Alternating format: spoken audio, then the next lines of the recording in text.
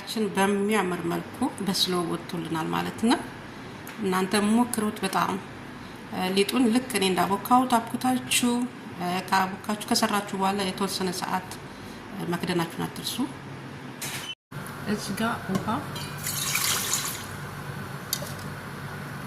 እርሾ፣ ስኳር ግማሽ የሻይ ብርጭቆ ማለት ነው። እንቁላል 2 ይሄንን እናዋሃዳለን ማለት ነው።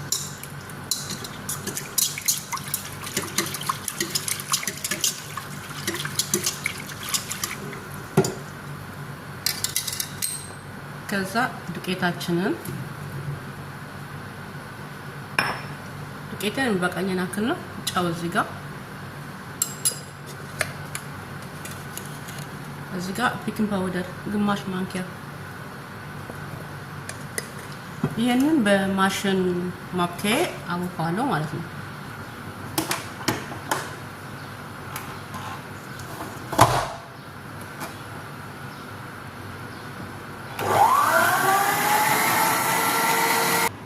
እዚህ ጋር የገበታ ቅቤ ወይም ዝብዳ 1 ማንኪያ ነው ተጠቀምኩት።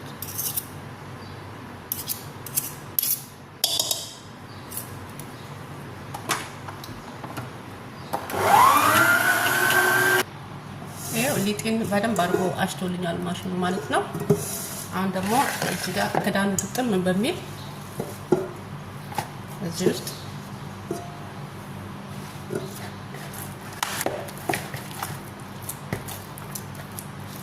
ይሄንን ለተኩል ሰዓት ያክል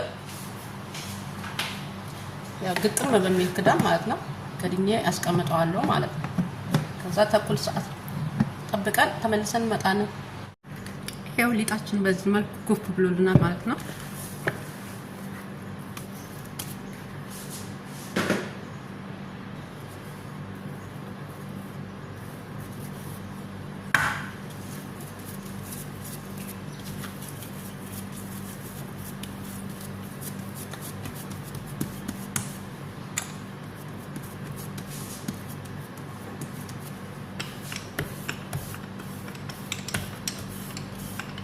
በስሱ ነው ምን እንዳምጠው ማለት ነው። ይሄ አሁን በስሱ ዳምጫዋለሁ ማለት ነው። ይሄው በስሱ ነው የዳመጥኩት ማለት ነው። ይሄንን በመንቆርቆሪያ ክዳን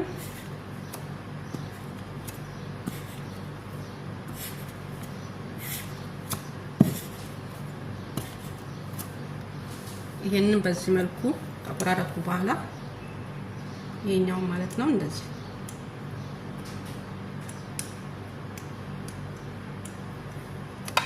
ከዛ ደግሞ አንዱን አጥተን እንደዚህ እንደረበዋለን። እዚህ ጋር ጂቢን ኪሪ አለኝ ማለትም ይሄ ማለት ነው።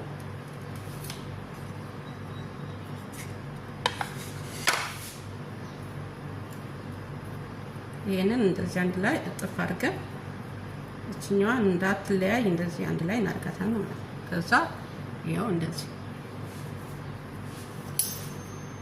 ሁሉንም በዚሁ መልኩ እንደዚህ እንቆራረጥና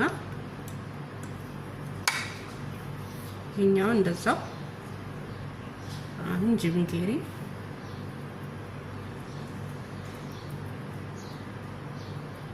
ግን በስሱ መሆን አለበት። ይሄው እንደዚህ ማለት ነው። ይሄው በዚህ መልኩ ዳምጬ ጨርሻለሁ ማለት ነው። ግማሹ በዛተር ግማሹ በጅብን ነው። ይሄንን ለ10 ደቂቃ ግዴታ ተሸፍኖ መቀመጥ አለበት። ለ10 ደቂቃ መሸፈን አለበት። ወደ ላይ ኩፍ ማለት አለበት። ውስጡ ክፍት ያለ ይሆናል። በጣም አሪፍ የሆነ ፈጣይር ይወጣልናል ማለት ነው። ይሄንን 10 ደቂቃ ጠብቀን ከዛ ኦቨናችንን ከታለን ማለት ነው። ይሄው ሊጣችን በዚህ መልኩ ኩፍ ብሎልናል ማለት ነው። ወደ ላይ ወደቅ ብሎልናል የሰራነው ፈጣይር። አሁን እንቁላል ከላይ ቀባዋለሁ ማለት ነው። መልኩ ብራውን እንዲሆንልን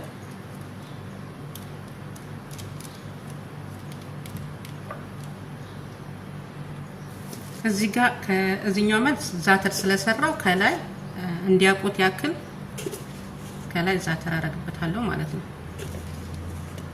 የሰራሁት ልብናና ዛተር ወይራ ዘይት ነው አድርጌ ውስጥ የጨመርኩት ማለት ነው።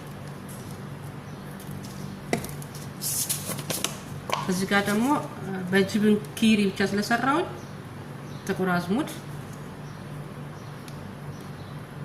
መለያ እንዲሆናቸው ማለት ነው።